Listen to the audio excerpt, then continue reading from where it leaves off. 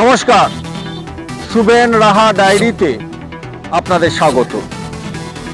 পহেলগামে 26টা প্রাণ কেড়ে নিল কয়েকটা নরখাদক, যাদের মদত আর উৎসাহ জুগিয়েছে পাকিস্তান। আর এর বিরুদ্ধে সোচ্চার হয়েছে সারা ভারত।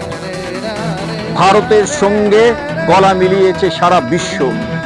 ধিক্কার জানাচ্ছে চূড়ান্ত মৃত্যু মিছিল, যারা মৃত্যু মিছিলে পরিণত করলো ভূস্বর্গের মাটিতে, যারা ভূস্বর্গের মাটিতে গোলাপের বাগানে রক্ত ছেটা দিল।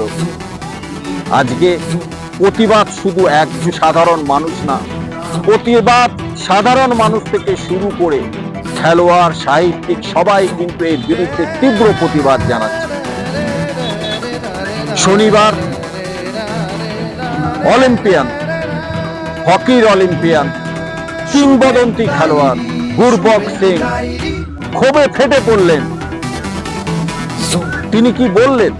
তিনি যেটা বললেন সেটা অনেক রাজনৈতিক নেতারাও বলার সাহস পাবেন না। তিনি সরাসরি প্রশ্ন তুললেন, কোথায় রয়েছে আমাদের সিকিউরিটি? কোথায় ছিল সিকিউরিটি?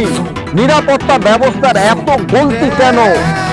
কিভাবে বাইরের লোকজন এসে আমার দেশে নিরীহ মানুষদের হত্যা করে চলে গেল?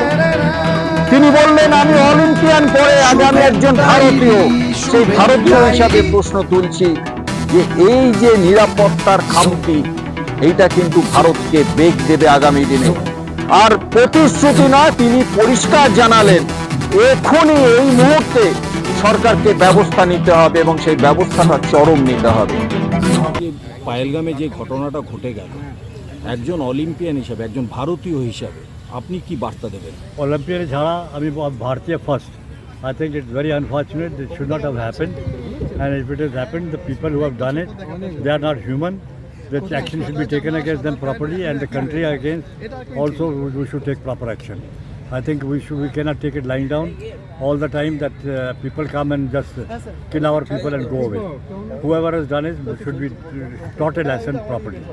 We have to look inside that where is our security, where is our intelligence.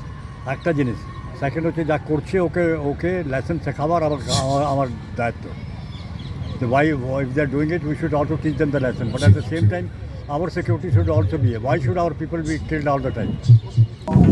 Gurbax Singh এর এই কথাতেই বুঝতে পেরেছেন একজন অলিম্পিয়ান, যিনি এই বৃদ্ধ বয়সে এসব প্রতিবাদে গজরাচ্ছেন, ফুটছেন এই অন্যায়ের বিরুদ্ধে।